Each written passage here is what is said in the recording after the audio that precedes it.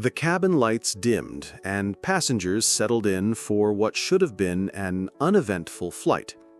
Near the middle row, a young black girl no older than 10 sat quietly, her feet barely touching the floor. She clutched a worn teddy bear and whispered to her mother that she felt cold. With the innocence of a child, she pressed the call button and politely asked the flight attendant for a blanket. The request was simple. The response was anything but. The attendant's face hardened, her voice sharp enough to cut through the hum of the engines.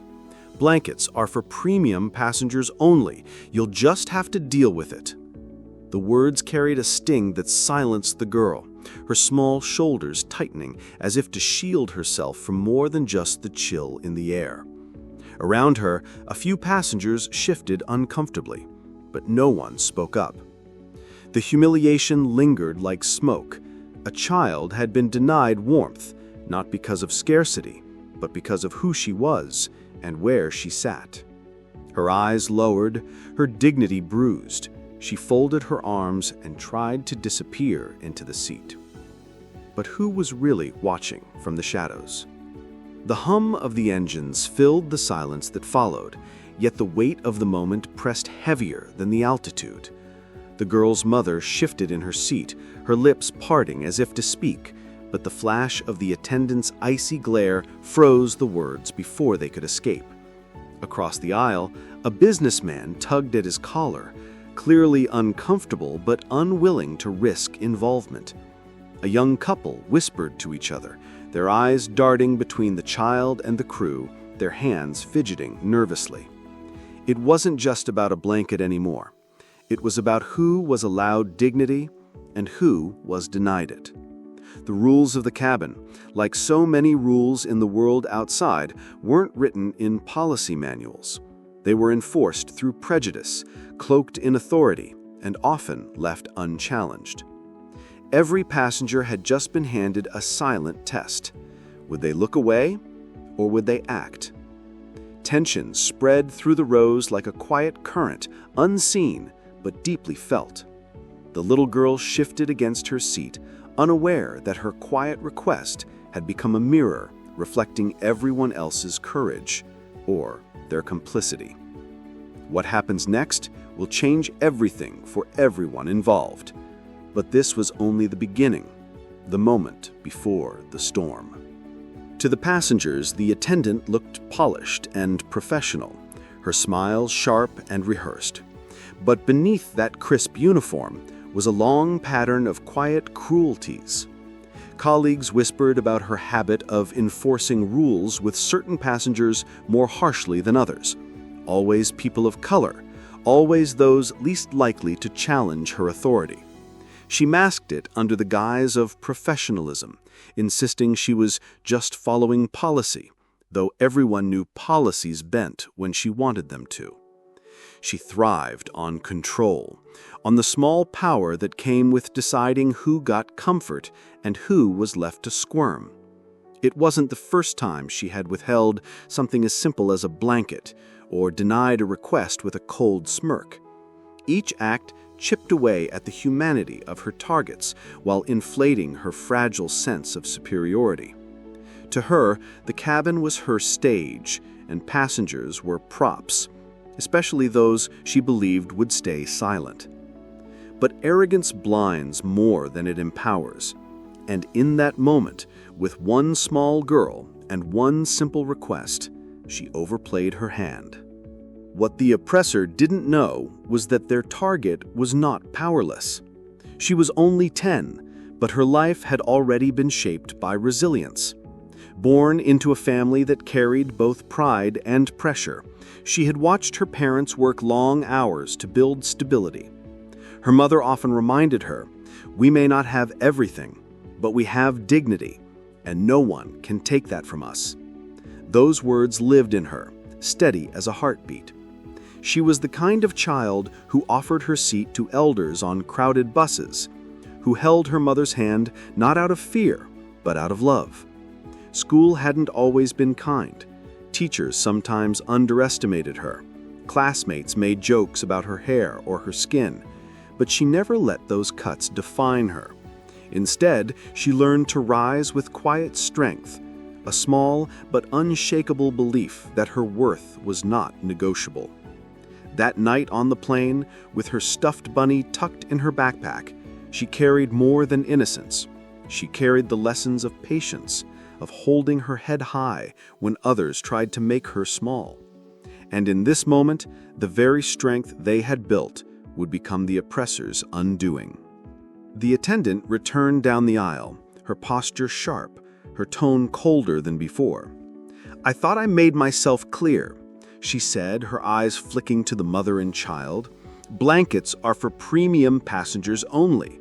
Don't keep asking." Her words cut louder than intended, drawing the attention of those seated nearby. The little girl's small hands tightened around her backpack, her stuffed bunny's ear peeking out like a silent witness. She didn't cry, but her lips pressed together in a trembling line.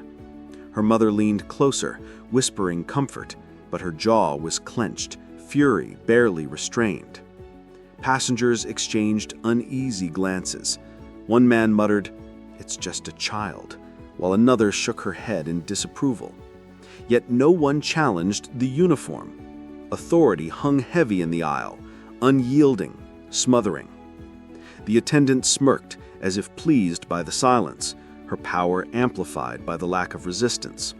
She turned sharply, heels clicking like a judge's gavel, as if to signal that the matter was settled. The girl curled into herself, shivering against the cold air, her innocence weighed down by humiliation. The cabin seemed frozen in tension, everyone holding their breath. But just when it seemed the victim had no power left, one single phone call changed everything. The mother pressed her phone into her daughter's hands, whispering, "Call your father."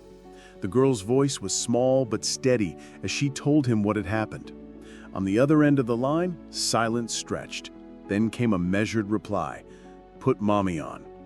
When the mother lifted the phone, her husband's tone was calm, but each word carried weight. "Stay quiet, don't argue, I'll handle this." He hung up, and for a moment, the cabin returned to its uneasy stillness. But beneath that calm, something had shifted. Minutes later, the captain's intercom clicked on. His voice was firm, clipped, and laced with authority. "Head attendant to the cockpit immediately." Whispers rippled through the rows as the uniformed woman strutted forward, her confidence still intact. Inside the cockpit, she was handed a message from operations. As her eyes scanned the words, color drained from her face. The captain looked at her squarely. "Did you deny a child a blanket?" She stammered, It's policy, economy passengers." "Answer the question." His voice cut like steel. A pause, then a reluctant nod. "That child," the captain said, lowering his tone, "is the daughter of one of our top executives. He's on the line with headquarters right now." The attendant's composure shattered. When she stepped back into the cabin, her steps no longer carried power, but dread. Another crew member followed, this one trembling, as they knelt beside the girl with not one, but 2 blankets. "I'm so sorry, miss. Please take these," they whispered. The passengers erupted in hushed commentary. Phones discreetly recorded, fingers flew across screens. Tweets blazed almost instantly. "She denied a blanket to a black child. Unbelievable." Hashtags exploded. Hashtag blanketgate, hashtag justice for her, hashtag dignity first. The mother wrapped the blankets around her daughter, but her eyes never left the attendant. Around them, the silence of judgment grew louder than any announcement. Even those who had remained passive now sat taller, emboldened by the unraveling of arrogance. For the first time, the oppressor understood the weight of consequences. By the time the truth came out, the oppressor's fate was sealed. Within hours of landing, the story was everywhere.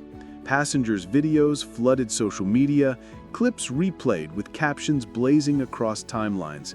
Denied a blanket because she wasn't premium? Outrage surged, voices amplifying what had unfolded in that cabin. Hashtags trended worldwide. #BlanketGate, #Justice for Her, #Humanity First.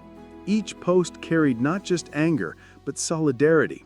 Parents vowing they'd never let their children endure the same, travelers demanding accountability, activists tying this moment to the larger fight for dignity. News outlets seized the story, broadcasting headlines that turned one girl's humiliation into a national conversation. Talk shows debated whether policies were just excuses for prejudice. Community leaders released statements calling for reform, while the airline scrabbled to draft apologies that sounded less like damage control and more like contrition. Inside living rooms, families spoke about it. Teachers brought it up in classrooms. Strangers who had never met that little girl carried her story as if it were their own child's. The ripples stretched far beyond one flight, igniting a reckoning for anyone who thought small acts of cruelty could remain unseen. But what mattered most was not the punishment. It was the lesson that echoed far beyond the flight. As the dust settled, the little girl wrapped herself in the blanket that had once been denied to her. But now it carried a new meaning. Not just warmth, but proof that dignity cannot be rationed or reserved for the privileged. Her mother, watching her daughter smile faintly through the exhaustion, understood that the real victory was not in forcing an apology, but in showing the world that silence had power when backed by truth. The girl would remember that moment not as humiliation, but as revelation. Even in the face of arrogance, she was never invisible. Her father's quiet intervention and the chorus of strangers who rallied around her turned a moment of exclusion into a declaration of worth.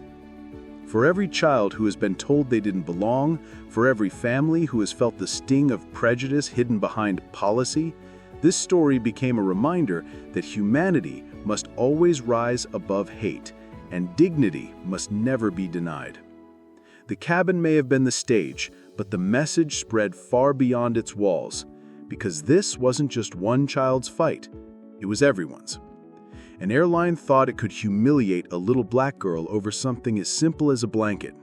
What they didn't realize was that her quiet strength and her father's unseen presence would expose them to the world. This wasn't just about one child on one flight. It was about dignity, justice, and the truth that no uniform or policy can strip away humanity. If you felt the sting of this injustice, remember that silence allows prejudice to survive. But stories like this remind us we all have the power to stand against it. By sharing, you amplify her voice. By subscribing, you join a community that refuses to let these moments pass unnoticed. This is more than a video. It's part of a movement that says every child deserves respect, every person deserves dignity, and no arrogance can outshine truth. If this story moved you, share it with someone who needs to hear it. Comment your thoughts below, and don't forget to subscribe for more powerful stories that reveal the battles against injustice and celebrate the triumph of resilience. Because the world must never look away when dignity is denied.